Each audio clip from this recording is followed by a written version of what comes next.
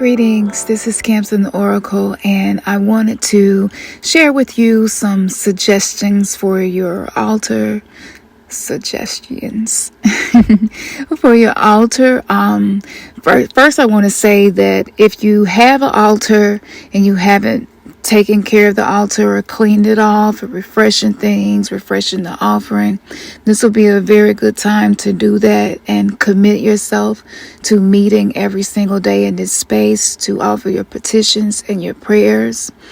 It's very important for us to do right now to be able to experience the chaos but not absorb the chaotic energy into ourselves as we are clearing out internal conflict and learning to love ourselves more and know that we are enough just as we are, because we're extensions of source energy. We're connected with source.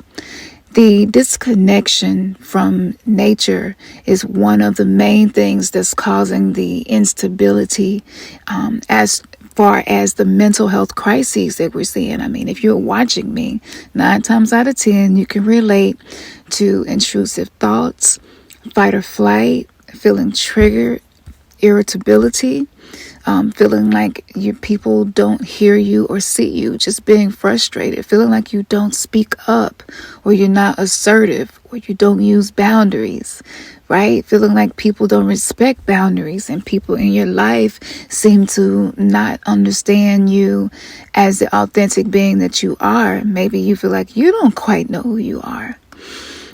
So these things are inner child issues. These are root chakra issues. And this is the programming a lot of us receive. Most of us, really. Every human being that I have ever known had something from their childhood that created an insecure attachment that carried throughout their adult life. And your tendency is to not trust. By going to spirit and having your candles, and I use flowers and crystals, ancestor money. I like to use a Sri Yantra for abundance, and I choose the deities that I'm going to work with, and I commit. I fall off from time to time, and I don't visit my altar, and I feel the difference when I'm not, because when I'm at the altar, because this is a lit ritual, I'm doing this every day. It creates new neural synapses that fire and wire within my mind,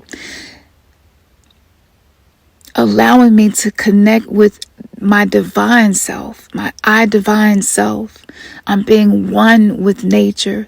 I'm calling forth the north, east, south, and west for blessing of the herbs and the spices that I'm using. I'm communing with nature. I'm communing with spirit. And, when I fall off, I feel the difference. So you don't have to have your altar look exactly like this. The main things that you want to have is one representation of each element and a representation of the deity that you would like to work with.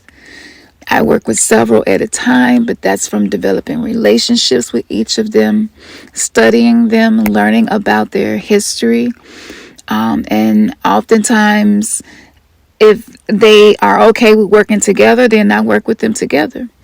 And so one of each element, and here you can see I'm adding some water that I charged in the sun. So I'm adding solar power of water to my candle. And this is allowing me to have all of the elements. So I have the fire, the smoke, the sage and Palo Santo, and the candle.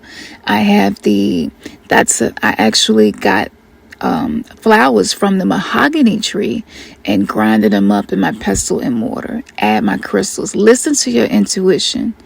Use the potions. If you kind of slow down, use them more and be committed and consistent.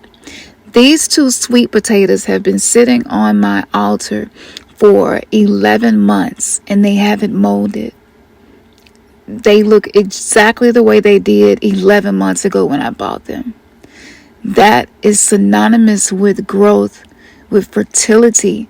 That's a special hidden like power that I learned from communing with my spirit guides about this. So that's kind of like reading your candle afterwards and saying if it seems like the wax was flowing well, and was the glass clear or was it black, which means some resistance or negative energy. So I'm going to be teaching you some more divination hacks that have made life so much more simple and manifesting.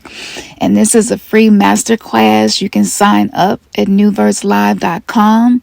This will be January 29th. If you listen to this and it's today, cool. If you catch this after, we got the replay for you. You're going to make sure that we got the replay for you, because now more than ever, being able to trust spirit, to work with the elements, and to become one with nature, even if you can't get out in nature as much as you would like to, this will develop a stronger connection with you and your Idivine self, your higher self.